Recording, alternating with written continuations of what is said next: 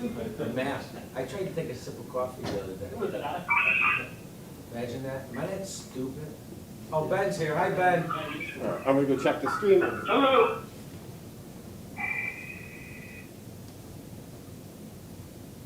Okay, we're gonna be good to go in, 6. that's it. The other ones are simply not gonna be here, right? I might as well wait a minute. It's 6:59 on my computer.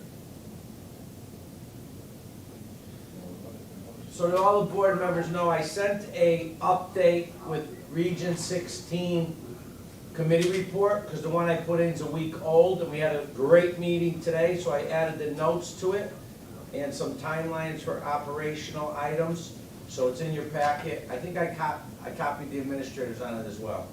There's a blank page in here, was that supposed to be? No, probably just the print of it. You guys need to be commended for that work. That is, I gave him a nice pat on the back. it's honestly, it's very well organized. Thank you. Bob, pass that to Rob, the next one. I think we're moving along pretty well with it. Well, considering they keep moving the goalposts every week, you know? We'll have our plan done. We have one item that looks great. I'll actually share with just you, Robert, because I don't want to go public. So you can see it. This is our instruction piece.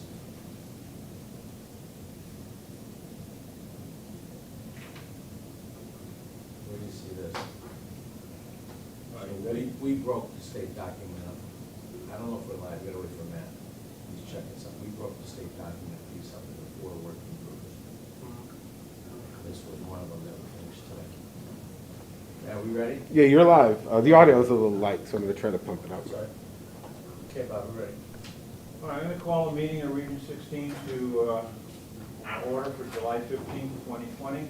And join me for the pledge. Pledge allegiance To the flag of the United States of America and to the republic for which it stands, one nation, under God, indivisible, with liberty and justice for all. Okay, we have any revisions, Michael? No revisions.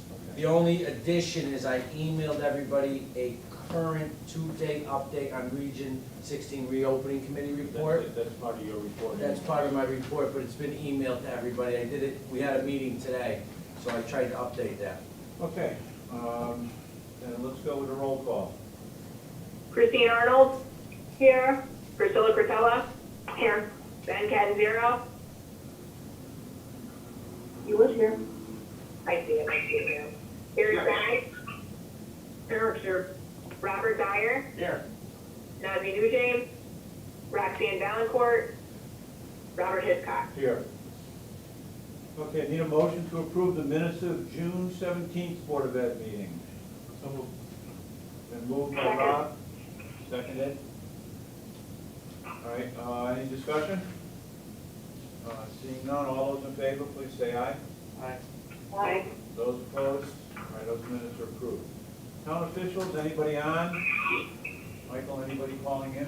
No. Okay. Public comment, do we have anybody? Yes, I have 12 questions online.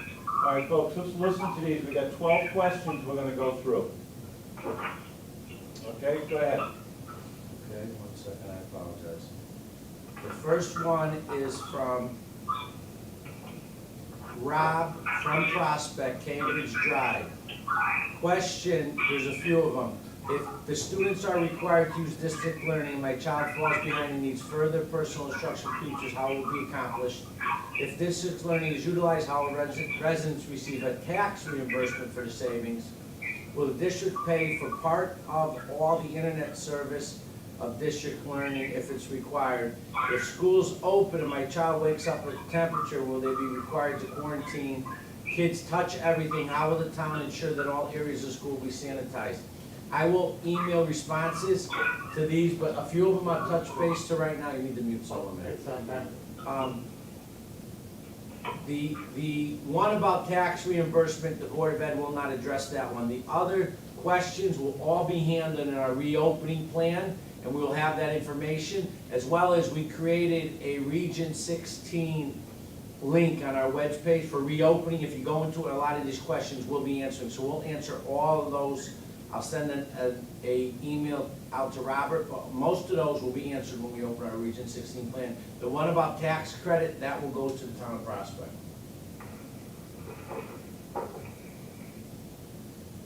And Robert, if you can, if you're listening, please send me your last name as well, so I can email you that information. Thank you.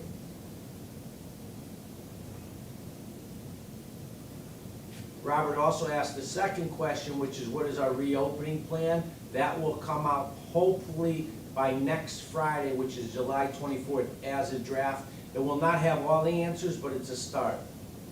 The third is a question from Gavin Moffett, who lives in Beacon Falls on Burton Road, and he, of course, is our student council rep. I wish he was on the phone. So hi, Gavin, if you're listening. How can students under 18 years of age receive minor work order papers during these uncertain times? Our offices are open, so if you email our secretary, June, or Mr. Ogren, or administrator, they'll have the papers available for you at Woodland. But we are open. Our schools are open at this point. Tomorrow, Friday, we're not gonna be open, but for the most part, we're open every day. So if you send an email, we're happy to get your working papers. Is it okay, Bob, if I answer the questions that are pretty easy to answer? Go ahead. I prefer you to give an answer and then you don't, it's there. Our fourth question is from Gavin again. Oh, it's the same question twice. Yeah, good job, huh? The next question is from Marina Martin from Beacon Falls, 143 Beacon Hill Common. Her question is, how can we be discussing reopening schools when we can't even meet in person? What kind of waiver can we use if our school-aged children live with elderly and high-risk parents? How much notice will parents be given if a COVID-positive child or staff member is reported? How often will staff be tested? Nursing homes are testing weekly. So a couple of those I'm going to answer. This is not generally our process, but they're easy to reply to. As far as us meeting in person, we're in a small venue with 3 people at the Board of Ed meeting. Next week, we are going to meet at Prospect Auditorium, the gymnasium at Prospect, and we're going to social distance. So all board members are welcome to come, or they're welcome to perform these meetings online, so we will be open. However, there is no comparison to us meeting as a board and us having kids enter a school. There are different precautions in place in a different venue. As far as waivers, there aren't waivers. It's medical verification that's needed for your child to stay home, or an identified child that may have special needs or some type of condition that's being addressed through an IEP. As far as notices for parents and about staff and procedures, we're following CDC guidelines plus state of Connecticut requirements, but that'll come out on the 24th with our draft plan. If you guys want to add something, you're welcome. Can I just ask a clarifying Sure. question? Sure. So Michael, you just said that if you choose to keep your child home, you need a verified medical reason? Is that There right? yes, all students are expected to come through school unless there's some type of medical condition or an identified child that says they can't come to school. If not, all kids are to come to Now, home. that's contrary The to state- what they put out earlier, right? 'Cause No. earlier they said it was up to you if you didn't feel comfortable. That's not my understanding, not from our plan. We actually found from the state of Connecticut that all students are to report to school unless there's a reason why they can't come.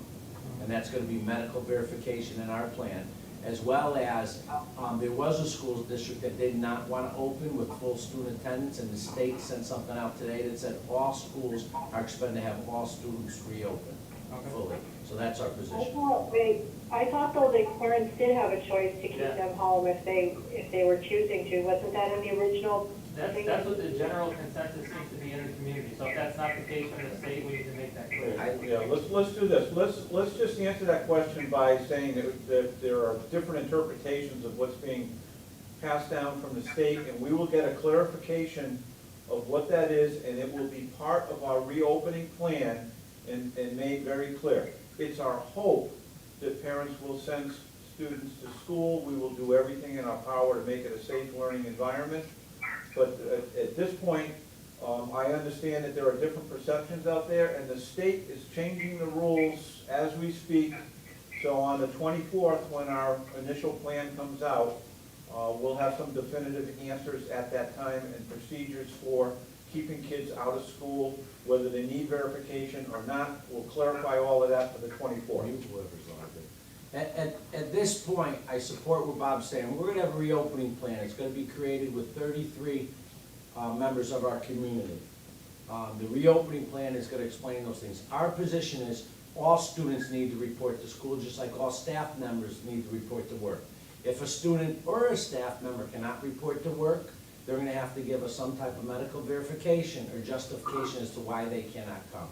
We expect all kids to come to school, just like the state of Connecticut expects all schools to fully open. And, you know, not to jump the gun, because I think we have to wait for the 24th. This is a living, breathing document, but we expect all students to come with masks, as staff will wear masks, follow safe distancing precautions, and demonstrate healthy behaviors, washing hands, hand sanitizers, and so forth. And we will be as best prepared as we can to make all necessary adjustments and accommodations as best we can and as appropriate as they might be. Next question is from Michelle Bathgate. She's a Prospect resident, Nancy May Avenue. How will classrooms be set up in order to maintain the 6-foot required social distance? If there is adequate space at PES Long River to accomplish this safely. We are working on that right now. I can't answer that completely. What I will tell you is we have an operational subcommittee of our Region 16 opening committee that's working on classrooms, our custodians, our administrators, our director of facilities. We're removing items from classrooms. We're moving desks. We also have on our agenda tonight an action item to hire 2 more teachers, because we're gonna keep our class sizes between 15 and 18 K-8. What that will do will allow us to move desks. Our 4th and 5th grade classrooms at PES presently have 24 in them. So those are the things we're doing, but more will come out when the draft plan comes out. And these are good questions. I anticipated these types of questions tonight. And I also anticipating saying, at this point, we're moving through a reopening document. Now that the requirements were only given to us June 30th. So we only had 24 days to create a plan, and we're only 15 days less weekends with the requirements in our hands. So we're moving as forward as quickly as we can and responsibly. Question 10 from Michelle as well.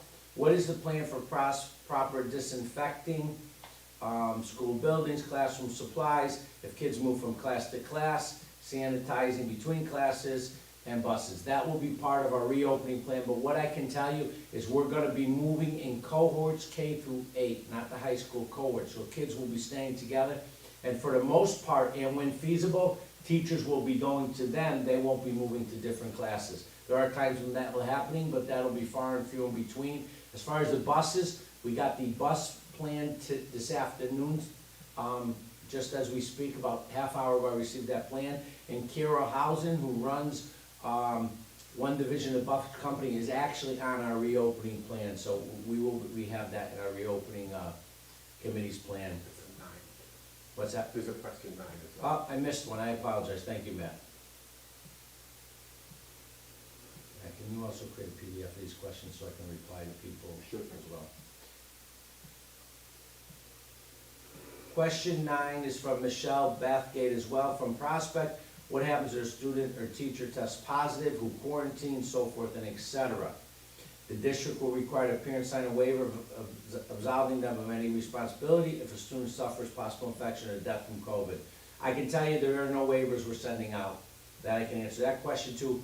As far as what happens when someone tests positive, right now we're digesting the CDC guidelines and the state recommendations as to, do you quarantine, do you send kids home for 2 to 5 days? That'll all be spelled out in the plan and communicated and uploaded to our link on our website by the 24th. Not every question, let me caution people, not every question will be answered. We have a draft plan in place, but we're gonna need till when school opens to have it laid out.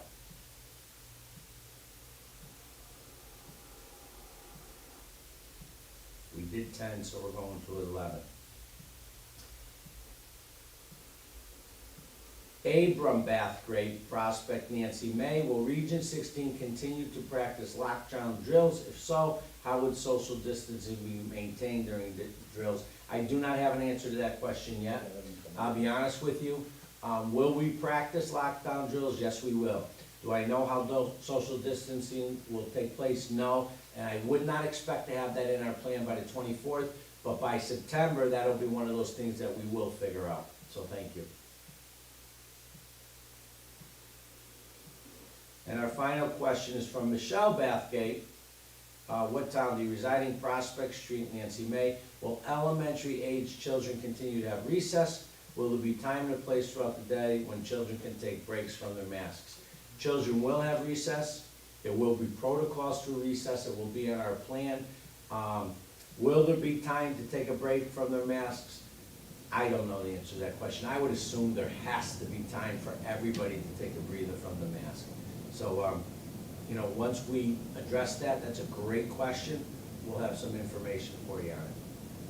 At this point, Bob, that's it for questions. Matt is gonna create a PDF for me, and I will send responses to people. Hopefully I have their emails. If not, I'll mail them to their home addresses. All right, I'm gonna take some liberty with the agenda as we did at our last meeting. And if there are additional questions that come in during the course of the meeting, we will find some time to answer those. I'll keep the It's link. not our normal protocol, but given the circumstances, we did it last time, and I think we can do it again this time. Any additional correspondence other than what's? Bob, you send it to Robert. He can read the treasurer report tonight. Any additional correspondence? No, Okay. nothing that we haven't sent you or that Tripp's been additionally added. All right, treasurer's report. The balance of the general fund as of today is $1,432,057.49. So tonight's total invoice is $618,469.47. The balance in the general fund, $538,219.47. State and federal grants, $250. Adult ed, other grants, athletic fund, 0. Capital non-reoccurring project, $80,000. And that's the financial report for tonight. And in your packet also, I believe that we got a detailed spreadsheet on expenses, right? I didn't see it. I thought we did in this packet. I think it's the next meeting, Bob. Yeah, I don't- Second meeting in the month, you get it, I think. Yeah, I don't have anything. No, that'll be the second meeting. We have the facilities maintenance That's what spreadsheet. you're thinking about, the facility. You know what it was? It was the last meeting. There is a summary expenditure report in the packets. Is there, Tony? Yes, there is. It should be attached or right behind my my director's update. Okay, so go to the director's update. Up there it is, yeah. It's in the packet. You're correct. Let's throw one in there. Oh, yeah, Tony's right. It's in there. It's attached to the director's update. Okay. Yeah, and Tony, just so, that is the format of the report that I had been requesting. So we got it. This one is, That'll this be a one monthly is, report now that goes to the board and posted on our Region 16 website. it's brief, it's concise, and it's easy enough to understand also as to where the money is going and what accounts we might want to take a look at. Okay, so thank you for that. All right, any other questions regarding the treasurer's report? All right, seeing none, we'll move on. Student rep, we heard from Gavin, he's looking for work. Emma, you on by any chance? Okay, we'll move on. I think they're getting ready to go to school, Emma is. Exemplary people, anyone we need to recognize? Other than, the only comment I would offer is, sitting in our meetings with the 32 people, volunteers from the community and staff, they're doing, and the administration, they're doing an incredible job with this information that comes from the state that changes every other day. Give them a pat on the back. Okay, we're on to the superintendent's report, and Michael, you can take those in any order that you want. Yeah, I'll start with number 2, which is the reopening committee. I've been sending a lot of information out to the Board of Ed, and I'll take the liberty of summarizing. I think we're in a very good place. We initially came together as a committee. We broke up into 5 work streams: operations, communications, instructional core / social emotional learning, resources, and then the steering committee. We broke apart the state of Connecticut reopening document, Achieve, and there were 11 items with about 44 requirements and a number of recommendations. Each committee is putting together a report that will put together our reopening plan. It'll probably be 30 to 50 pages. We then will submit it to the state as a draft plan. In that plan, there's 3 options, which is all students come to school. The second option is a hybrid option, where it's 50% of the population, kind of an A-B grouping of kids that come to school. And the third is a full district learning plan, distance learning plan, which is complete remote learning. We also have created a financial spreadsheet implications that we'll have ready for Monday, the 17th hopefully, or maybe the 24th. It'll be a draft plan about finances, what the additional expenses will be. That won't be 100% final till probably the middle till the end of August. And then from there, we met today, and we had our 3rd full meeting. We've been having subcommittee meetings or interdepartmental committee meetings. For instance, steering committee has met with resources. But we met today with a full meeting, which Bob referred to. He was at it. And there's a few important things that we talked about. One is that there'll be a communication flow chart in place about letting parents know things on a consistent basis. Our first week of opening school, I will email every day. As time goes on, we'll be emailing every Wednesday. As you notice, I've once a week been emailing. So I will be in charge of communication as a superintendent liaison. A data collection liaisons will be Christine Sardinskis, who's my assistant administrative assistant in the office, and Michelle LaRusso, who's our SRBI coordinator for a reason. They're going to handle the data collections, which is surveys, how kids are performing, and then also we have our COVID-19 and safety compliance liaisons, who is Vicki DeLucia, who is our nurse at the high school, and Allison Sweeney, who's our nurse at the middle school. And I'd like to say these people have volunteered to do this as part of the committee, as has all the people in the Region 16 committee. That's all on the website already. Our link is up and running. If you go to the Region 16 website, you'll find the link. It's reopening, and you'll get information. That page will continue to build. Up top, our COVID link is still available when we went into district learning. I'm very proud and thankful of Matt, who threw that together quickly, Christine, who's been uploading stuff, Tony, who's been helping us with the spreadsheet. So I feel like the foundational essential requirements that we're gonna need so that we can create the blueprint for this plan are in place. And as of Monday, we'll do some work on our budget. As of next Wednesday, a draft will come to the committee. By the 24th, we'll have a draft together that we can send to the state. And we'll have a plan that we can upload as a draft at the latest that following Monday. Hopefully it answers some questions. The only thing I'd like to share with the community and the board is a lot of this is Connecticut State Department of Education required. For instance, people have called me about masks. And some parents have had some strong convictions, which I can respect.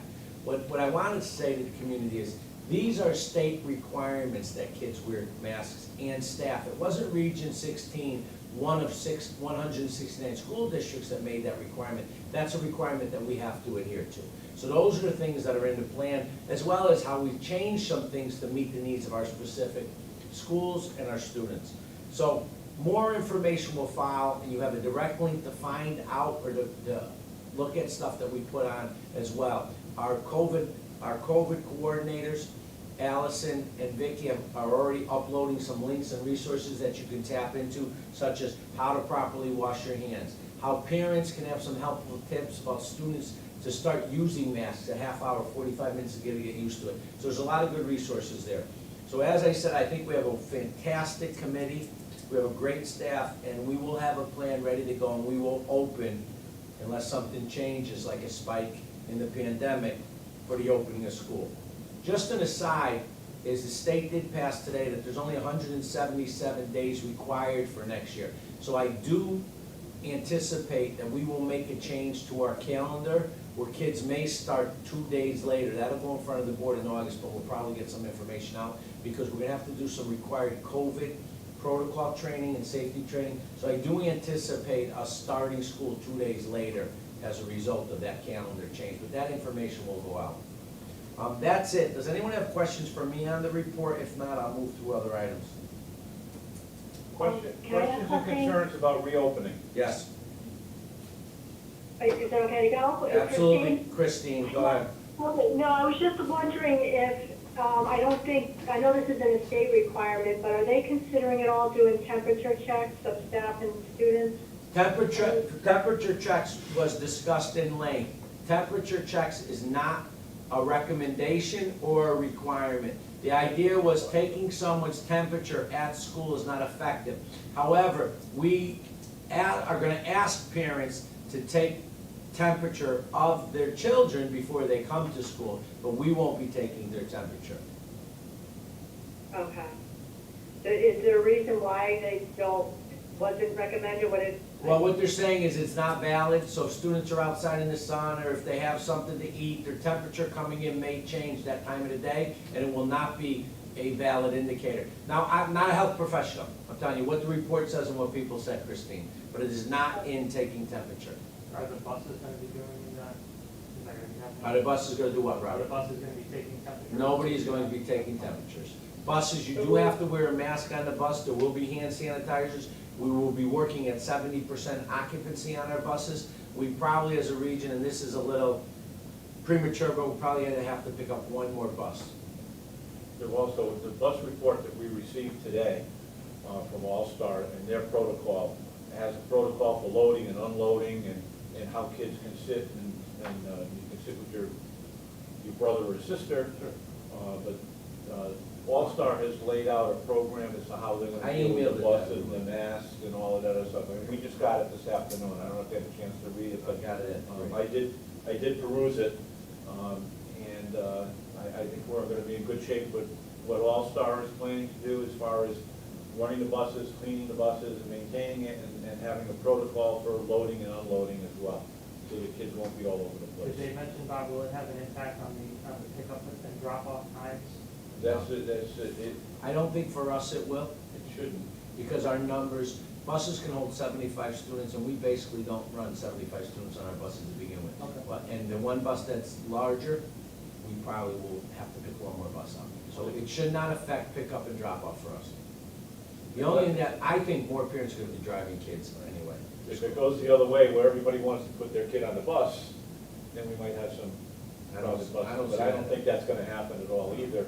And if it does, we'll make the appropriate adjustments. We had about 1,800 families fill out our surveys, and we have about 70% of the parents at this point are saying they're gonna use the bus, so it's You got 30%. 70%. What's the typical drop-off of parents?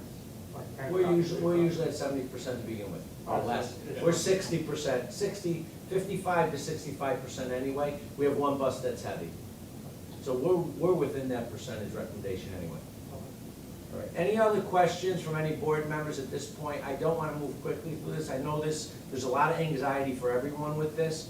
I won't have all the answers, but I've been very involved in it, so I can hopefully try to answer any question. Because the next time we meet, we're gonna be looking at final reports and final recommendations that we'll be making for the opening of schools. A lot of it's gonna be done by this committee, so this is our opportunity to have a discussion about it right now. And there are committee members online, I know, listening to this right now, so if there are other questions or concerns about the board, or from the board, now is the time to ask the questions, and let's make sure that we're on record with those questions and concerns. A lot of them, I can guarantee you, have already been brought up by the committee. There's not much I can think of that hasn't been discussed already and is being dealt with, but it's, anybody who's out there, Ben, Christine, Priscilla, anybody who's got questions, Eric, questions that you might have, let's get them out on the table now and make sure that we are answering them. What are they doing at the high school level? I know you mentioned the cohorts are staying together at the lower grades, but how are the kids gonna move as they usually do? Yeah, high school, we're gonna look at class sizes, we're gonna look at study halls and common areas, we're gonna look at the tents we talked about last time for the lunchrooms, but cohorting is not feasible at the high school, so we expect our high school students to adhere to the CDC protocols, which is social distance, masks, using the hand sanitizers and, you know, self-checking themselves if there's symptoms or something else. So we will not be moving in cohorts, it's not possible to high school. And that's consistent with all the other school districts. I'm on two separate groups, about 60 administrators, and everyone's cohort in K-8, and everyone's gonna do the proper maintenance of CDC and state of Connecticut recommendations at the high school level. If Other we- questions? If we do see a large uptick in the amount of parents dropping students off for traffic concerns, is just something to think about. Is it feasible to maybe allow students to be dropped off 10 minutes earlier than the 8:30 window? That would be a contractual issue with impact bargaining, Robert, I'd rather not discuss that tonight. I don't think that's something we wanna get into. What I will tell you is, right now, we have a drop-off for parents, and we have a drop-off for buses. We should be fine, and we have armed security guards and people on duty, so we'll be able to handle that. Other Steve's questions? got a question. What would be the policy for any student that leaves midday? Would they require a doctor's note to come back if they are going for a doctor's appointment or any sort of midday break that's going to affect them during the school? And I guess unrelated is, what changes for student athletes, particularly on the high school level? Is there going to be any sort of safe space that they can congregate at the end of school before practice starts or anything like that? Well, what I will tell you, Ben, is we don't have the plan for before and after school programs. We are waiting for CIAC recommendations, so they will control, which is the Interscholastic Athletic Association that runs our sports in Connecticut. They'll control what sports we're gonna have and not have. Right now, we know we're not having football, but we probably have track, so we're gonna wait for their recommendations. Part of our plan will be what happens with the teams, with their coaches. We are already conditioning, so it's working out very well from what I understand. So there are some protocols and there's a checklist in place. As far as your first question about kids coming and going during the day, they'll come and go during the day fine if they have a doctor's appointment, a dentist's appointment, that won't change. If a child, though I will jump a little bit here, probably gonna get on, quicksand, but I will tell you, part of what will happen though, if someone isn't feeling well and we take their temperature, they go to an isolation room, they get picked up. If they become positive, then there's a whole nother set of protocols that go in place. But there will be an isolation room for kids during the day that have symptoms. And what's really scary, Ben, and it's probably a good point, is when flu season comes, if you get sick, it doesn't mean you have COVID, but what happens and how do you get tested? That's all gonna be a part of our plan. And that plan, those items are taken straight from the state. So it's a good question. Yeah, and we were also discussing this morning a little bit about how do we communicate with the parents that are in a group, in a classroom where someone is sick or the teacher is sick, to prevent the rumors from flying that, and getting out of control. So that issue is being looked at by the committee as well. The other issue that's big for the parents is the before and after school program with United Day.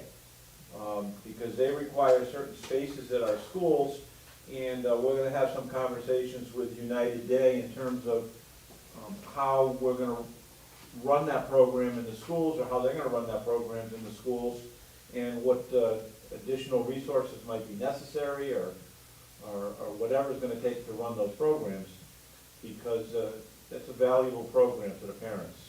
So those things are on our checklist to continue talking about. So just another question. Michael, I know that as we're moving forward, we're going to continue to stay flexible just because this is a changing world right now. And as we do that, what do we look towards to change our plan? Are we looking at Prospect and Beacon Falls numbers? Are we looking at state guidelines? What is kind of our lighthouse in terms of changing our plan as needed? Well, excellent question. Number one, first and foremost, there's two really main players in this. One is our health department, so for Prospect schools, that's chest per cop. They'll dictate if there's a spike or if someone in our school has COVID. If it's Beacon Falls, which would be Woodland and Laurel Edge, that becomes Naugatuck Valley. So I deal with Jessica there, and I deal with Maura at Chespercott. So we contact them right away, and they'll educate us on if there's a spike in the pandemic on either region. That will dictate whether an entire region closes for a period of time and we go to our district learning plan, which is remote learning, or if we just dismiss for 2 to 5 days and monitor for one school and one class. So that conversation is gonna come from our health districts, and they're a part of our committee. As far as changing, for instance, we just got notified today that instead of 180 days, we're now at 177. That way we could do a couple days of training for COVID. So the state, I think, as you said, is gonna continually change. So those are the two players on how we change and adjust and how we make our decisions, Eric. And I think past history would tell us, Eric, that we view it as a region, we don't view it as ourselves as two separate towns. Because we have kids crossing the boundaries all the time. The middle school kids from Beacon Falls are in Prospect, the Prospect kids are in Beacon Falls at the high school. I think we have to continue to view ourselves as one district. That's been our philosophy for a number of years, and that's one I'd like to keep. But Bob, We also talked about that when we had our big safety meeting earlier on, is what happened before this even started, before we even closed. We talked about the what ifs, and we wanted to maintain as best we can the regionalization. Now, if there's some flexibility with that, or some justification for doing something a little different, we will.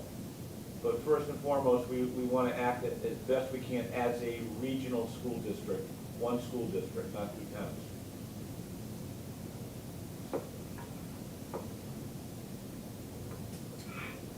Other questions?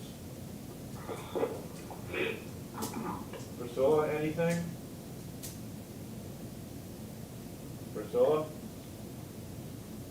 Priscilla, anything? I think Priscilla, if she dialed in, I might have muted her a while back. Oh, okay. I can't unmute her if it, but it's *6 or *9 to unmute yourself on Google. Give me a second. *6 or something, you said it too, bro. Yeah, I don't. All right, who else we got then? Christine, you had your questions answered. Ben, you good? All right, Eric, anything else? *6, Priscilla. Priscilla, hit *6 on your phone if you're muted. Okay, I hit star six. Oh, there you go. There you go. Are there There we any go. questions? All right. Questions, Priscilla? You've been listening, I No, hope. no questions, no questions. Okay. Rod, any questions? No question. And who else takes care of them? Did I get everybody? Okay, Michael, we'll move to the rest of your report. All right, at this point, I'm just gonna point out the facilities update. I wanna thank Steve, he's doing a great job. Dates and timelines, we have no complications. We gave a very thorough update on our HVAC at Long River. We're still waiting on that one unit, but all the noise and work inside will be completed. There's been nothing additional at this point, a few minor things, but nothing of substance.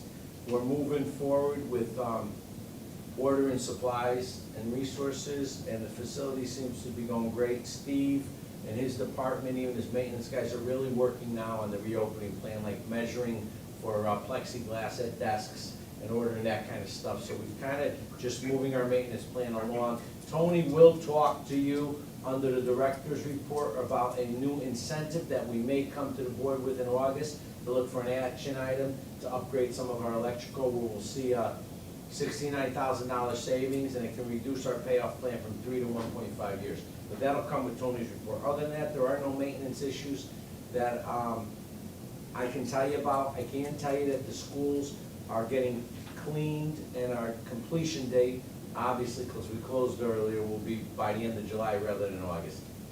Any questions on facilities? Do we have any anticipated facilities things besides what we talked, are we thinking about anything COVID related with the return of everybody coming back?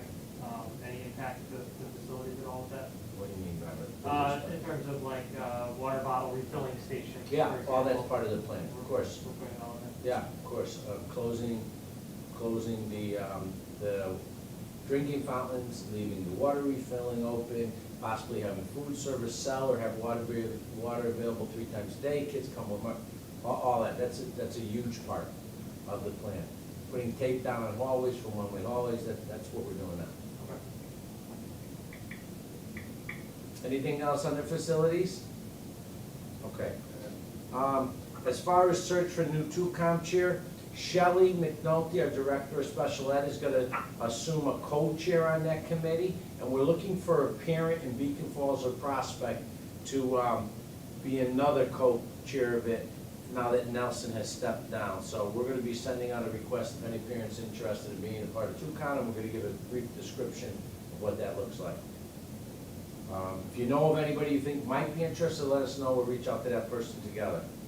And Emma and Gavin are coming back next year, so excited about that. I spoke to Mr. Tomlin, sent them an email, nothing has changed at that point. That's it for me. Before I turn it over to Tony with the restructuring of the business office, does anyone have any questions or something different that I haven't addressed? I've been sending a lot of emails, so I hope the communication's working out. All right. Bob, I'm gonna have Tony do the restructuring. Yeah. After he does that, can he jump in and do his director's report before action item? Okay, Tony? Sounds good to me? All right, you're up. Okay. Can everyone see my PowerPoint share at this point? Not yet. No? Okay. Terrific. So this time There it is, was Tom. handed There it out. is. There it is. It's up. Terrific. So this timeline was handed out last month, but due to some unexpected changes in the business office, it had to be modified slightly. The first phase took place on July 1st, and the whole idea behind this restructure was to create increased efficiency and capacity within the business office. One of the most critical roles in the business office is the payroll position. And what this allows us to do is retain Donna Hall, who's our current payroll specialist, in a new role where she can be more helpful, and bring in a new 10-month payroll clerk, or payroll coordinator as we're calling it, to run payroll during the academic year, and then Donna would run payroll during the summer months. Now, this also takes Lee Barber's position and changes it to a human resources coordinator position. And the reason for that is moving people into positions that capitalize on their expertise. Lee is great with HR and benefits. Donna is terrific with payroll, has great attention to detail, an accounting and finance background, so I feel that she can be most beneficial working side by side with me. Now, the second piece, phase 2, was where the accountant position transitioned to a part-time role. Now, unfortunately, with our prior accountant resigning as suddenly as she did, I think we do need to modify this plan slightly, and we do need to keep the accountant full-time for the upcoming year. But it's my intention to phase out that position as of June 30th, 2021. It's my belief that between myself, Donna Hall, and the other members of the team, we're able to absorb the responsibilities that Janet has now and take those on within the other positions.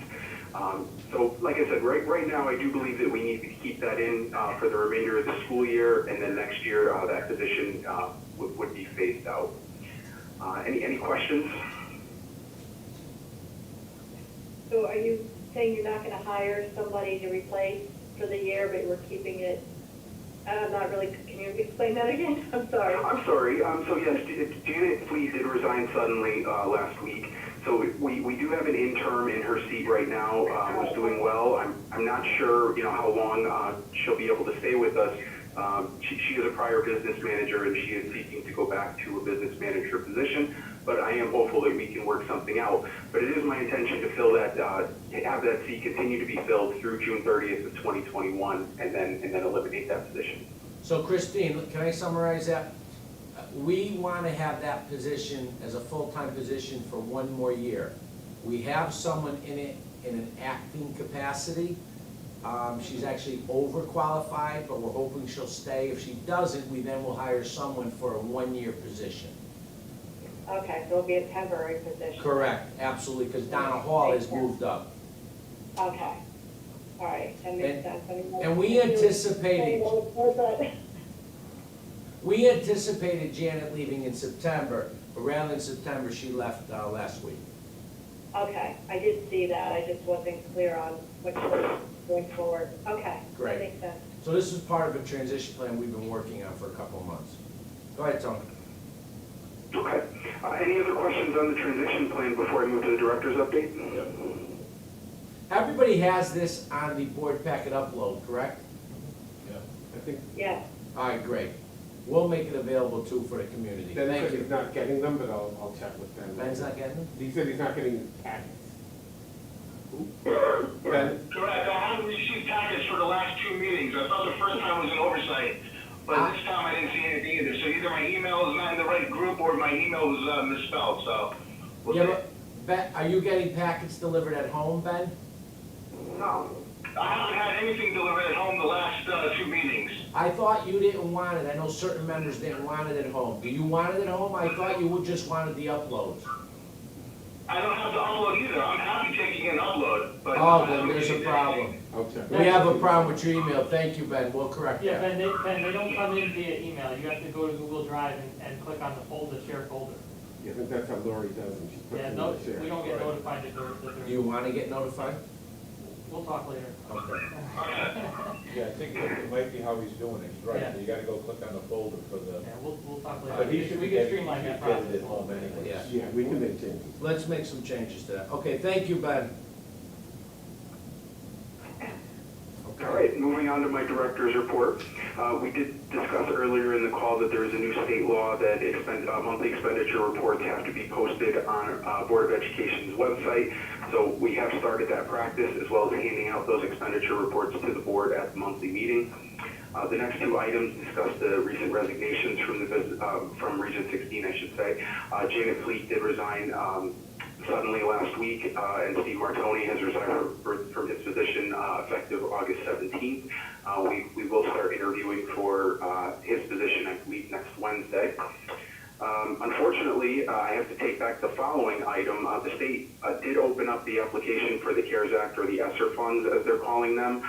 And about 2 hours after I sent this board report out, they have put that application on hold due to new guidelines that they've received from the federal government in regards to how those funds have to be shared with non-public schools.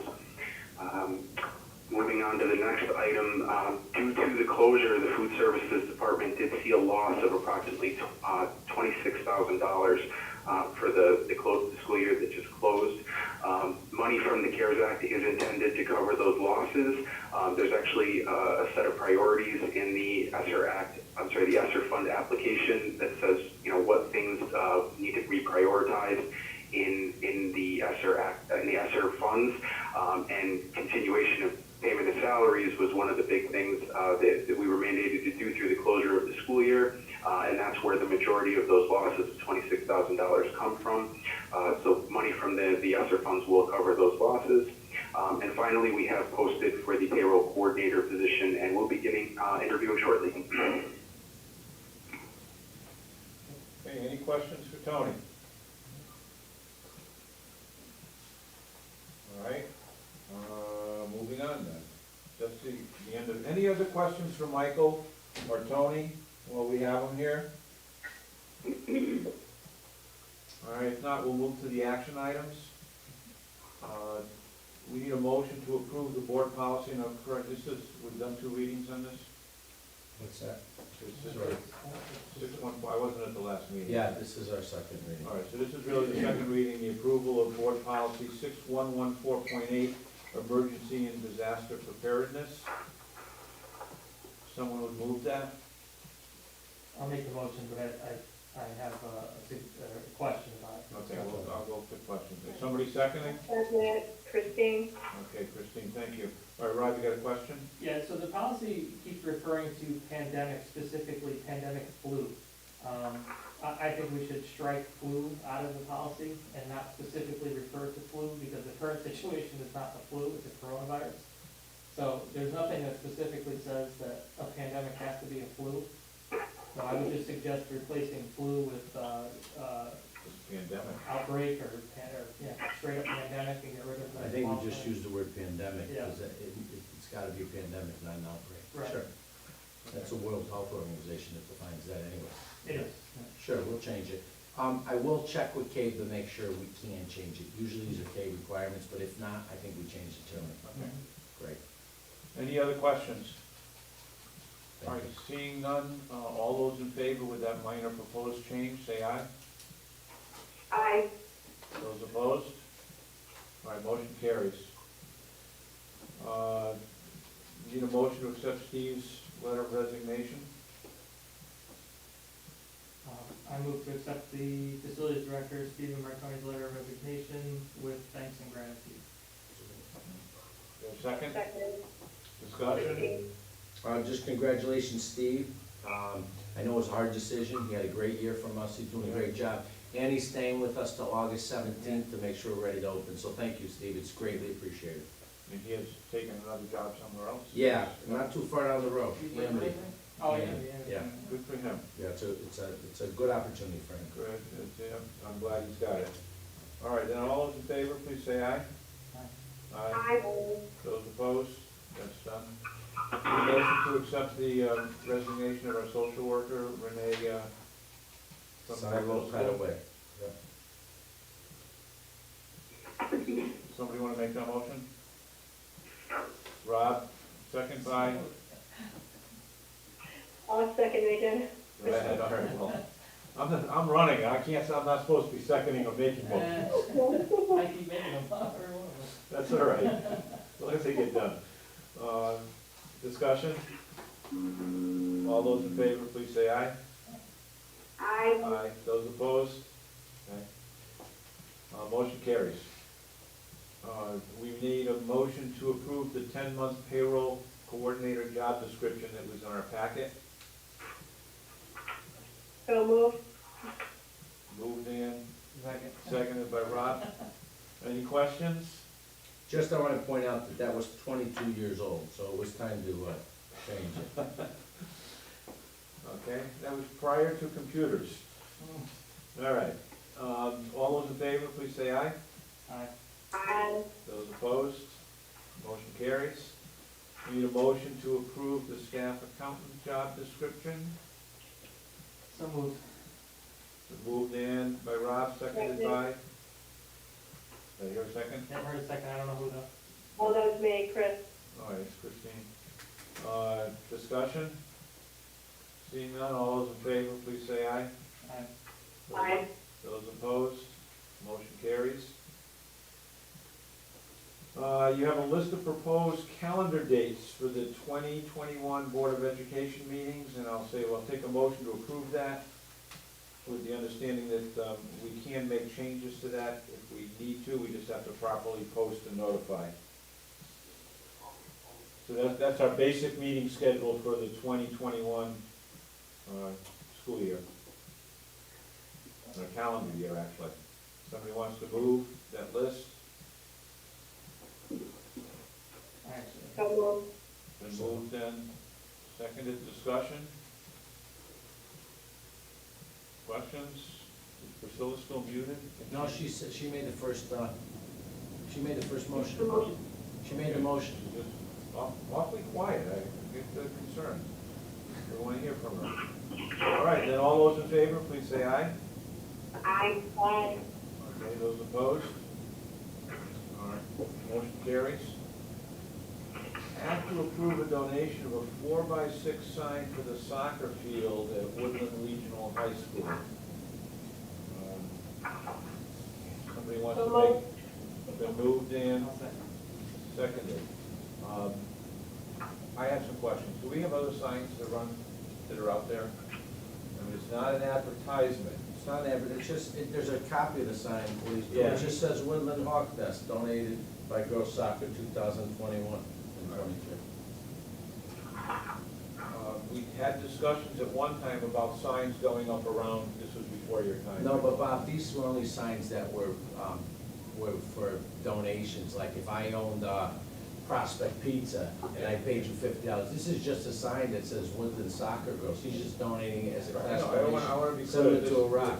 that we're not opening up to all kinds of things right now. I I think- want to make that point that this, I'm okay with this. I'm okay with this. Great, guys are But fantastic person. just remind the board that we have had previous discussions about signage around on our fields. But that's only for marketing. Right, I know, but we don't want to go beyond this. Good point. You are such a kind gentleman. All right, any other questions, comments? All those in favor, please say aye. Aye. Those opposed, motion carries. All right, we need a motion to hire 2 additional elementary school teachers for the 2021 to reduce class sizes due to COVID-19. Get that motion on the table and we can Yeah, I'll ask make a questions. motion, we can discuss it. Second. All right, so moved to second. Questions? So, if I may, Yeah. where is this allocated in the budget? It's not allocated. Nah. Not. Well, I'm getting, that brings up the next question, how are we paying for it and what impact is it gonna have on the town? We're gonna cut something else. Well, at this point, the state is waiting for us to send the budget implications of the COVID requirements, which would do with social distancing and class sizes. So at this point, we're hoping we either gonna get something from either FIRMA, we're talking about applying for a grant there, we're talking about the CARES Act, we're talking about the state. We're not sure, Robert, if that doesn't happen, we're gonna have to take it from somewhere else in our budget. But there's no way responsibly should we open a 5th grade class with 26 kids or a 4th grade class with 24. So I think if we don't hire these teachers, we can't social distance in those classrooms. I agree. I just would like to know where, if we don't get funding, I would like to know where the cuts are coming from. We don't know yet. But there may not be cut. There may be reallocation of funds. Maybe we don't do something that we were gonna do. Maybe we don't have football, which is probably a $30,000 number, and we move it towards that item. I think with COVID, you're gonna see things we may not do that we probably could have done, so there may be savings within the budget just because of the circumstances we're faced with. I wouldn't worry about 2 teachers at this point, but I don't have an answer. We lost $26,000 with food service, so we could lose. We have Robert, there's- contingency, we have other. Robert, there's a lot of things on the table because within the budget, football was one of them. We don't even know about basketball. There's a lot of areas where we feel that these 2 will be covered. The ones that have to come down the road, we have to do a little more research on. Okay. We're still hoping for support too from the state or government. I mean, I can't believe. The feds are talking about education funding also as a result of COVID, so we'll see, but having been on the board for a number of years and looked at a number of budgets, knowing this early in the school year, you can begin to make adjustments as you move forward, and to find the money adjusting for 2 teachers, I think we'll be able to do that. Tony, any input, Tony, into this? Yeah, I do see a few places that savings could potentially come from. We haven't finalized plans for ESY yet, but there's the transportation piece there. If transportation is only happening, if ESY is only happening virtually, then we won't be paying for transportation there. We also have the possibility of utilizing the capital non-recurring fund to pay the final amount due on the HVAC units at Long River Middle School this year, should it come to that. So there are definitely a few places that we can look to pull this from. We have some time. I still think we have to get some support from, the state and federal government. I can't believe, because we're probably in better shape than most, I gotta believe there's something that's gonna come to support this. Okay, any additional questions on hiring 2 additional teachers? Yeah, I want to ask about this. So this is for the 5th grade class. You're going to split them up so they're lower numbers in the class because you don't have enough room to spread them out. Is that what you're saying? We're gonna split them up because we think the numbers are too high. Whether or not we could squeeze them in, it would be tough. I think it's responsible and safe to split up the 4th and 5th grades at PES, and it will be a lottery So it's 4th and 5th. But then where are they going to go? in a classroom. It'll be in the building or? Yes, we talked about it today. We have some options. Rim and Jeff are gonna discuss it, and they've discussed it with me this afternoon when I was over there. Yeah, they're gonna be reallocated within the building. Okay, because I know there were some concerns in the community about that, but. Concerns about what, Christine? Can you expand upon that? Well, just about where those classes were, if there was space for 2 additional teachers there. there's space. I heard there were rumors, which I don't know where they came from, but I don't know if it's social media or people like to make things up. It was kind of insulting. Someone had asked me why I said we were gonna take a 5th grade class and move them out of Prospect Elementary. I would never take a 5th grade class and move them out of Prospect Elementary. If we had to move somebody, obviously, we would go to a preschool or something of that effect. We would never take 5th graders who've been in school 6 years. That would never come from me or from the administration, Christine. All right. I think social media has its value, but when rumors circulate on it, I think it's detrimental to the culture of the school, to be honest with you. Yeah, that's why I wanted to ask, because I had heard something about that, and I just want to make sure. Absolutely not, that we're not absolutely moving to not. fifth grade class either. We're never, it's like us moving seniors after 4 years. Somebody had speculated online that we were gonna move kids back to community school somehow, and that's not gonna happen. No, especially 5th graders, right. Okay, thank you. You got it. Okay, any other questions regarding this motion? All right, seeing now, call for the vote. All those in favor, please say aye. Aye. Aye. Those opposed? Motion carries. Okay, we did the director's report. Any old business? Bob, I was supposed to speak to Greenleaf during my director's report, so if I could just take a minute Yeah, go ahead. to talk about that, I'd appreciate it. Yeah. So we received some updated literature from Greenleaf just earlier this afternoon, and there are some new COVID incentives in place right now by Eversource because they lost a lot of work over these last few months. Back a few months ago, we brought a motion to the board to approve about $169,000 in upgrades to Woodland with a 3-year or so payback period. The new proposal that they brought us today, which we are not committed to by any means, it just is an offer that's on the table right now, is upgrading some of the controls for the rooftop units, adding some wireless sensors to the rooms, some variable frequency drive motors. And what would happen here is this could potentially drive our cost up to $197,169, but the payback period will be reduced from 3 years to 1.5. What we'll do though, what we'll do with that, Tone, explain to them that when they come to us with that proposal, we'll send it to a facilities committee meeting, then it'll go to the Board of Ed. Absolutely. This is not something that we're making a decision on tonight or even getting too involved in because I'm waiting for some more documentation. I just wanted to give a heads up to the board that it is something that we'd be bringing up in August. That's all. Okay. Anything else? New business? Items for future board meetings other than the final opening school protocols and expenses and wherever that is? Just that it's gonna keep changing. Yeah, they're gonna change. They're gonna change. What we're seeing today, I wouldn't be surprised if the state changes a whole bunch of things by the middle of August, because they're gonna get a lot of feedback on some of the things that are going on that are gonna be tough to do. Some of it might be a little unrealistic, and some of it, there may be other concerns that we haven't thought of yet that are gonna arise. So it's fluid, and thankfully we've got a real good committee and a bunch of good dedicated people working on it for us. Okay, any items for future board agenda? Just that we're gonna be looking at possible changes in the calendar, approving, supporting the Region 16 reopening plan, and that's about it. Anything else at this point? If you have any, you can send it Just- to Michael. May I say one more thing? Go ahead. UPSU negotiations were canceled today due to an emergency.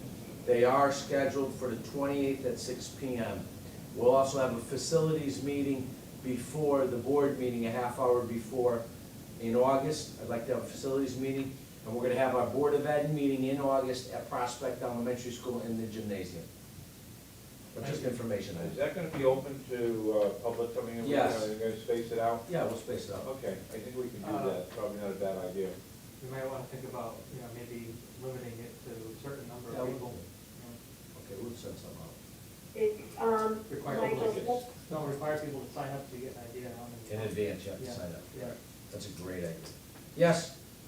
is the curriculum meeting in August too? Before Yes. the board meeting? Yes, Okay, so the facilities and curriculum, okay. yeah, we'll do both. Okay, and did you say about interviewing facilities director next week? Is that just with the staff, or is that with the personnel committee? Lori, I think, reached out to, no, I need 2 board members to do that. I was actually gonna ask tonight. Thank you so much. So Robert will join us. Is there any other board member that can join us for hiring? What's that? When is it? It's, Next week? yes, it's, Wednesday. Wednesday, thank you. Wednesday at, what is it, 10 and 11, Lori?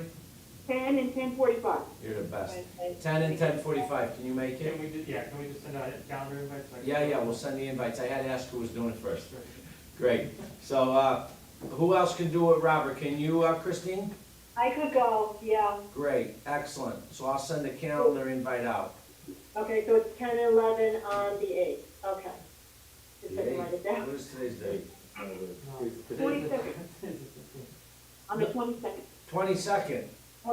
Oh, it's the 22nd, okay, Yeah. wait a minute. I didn't know what day, listen, I didn't know what day today was either. 22nd's okay, so there's no meeting next week, it's on the 22nd? Correct, the next meeting is August. Okay, but the interviews are at 10 o'clock and 11 o'clock on the Correct. 22nd. O'clock and 10:45. 10 and 10:45, got it, okay. That's fine. The 7/28 is the up-to meeting. Yep. Yeah, what I have already on my calendar. Okay. All right, Great. Thanks for reminding me. Okay. Anything else under committee reports or anything else you need to update?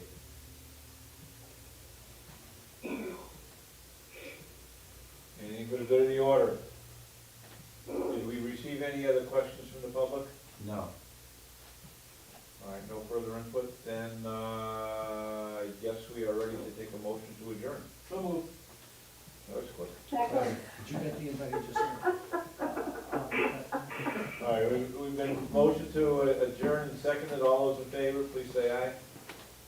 aye. Aye, we are adjourned. Thank you.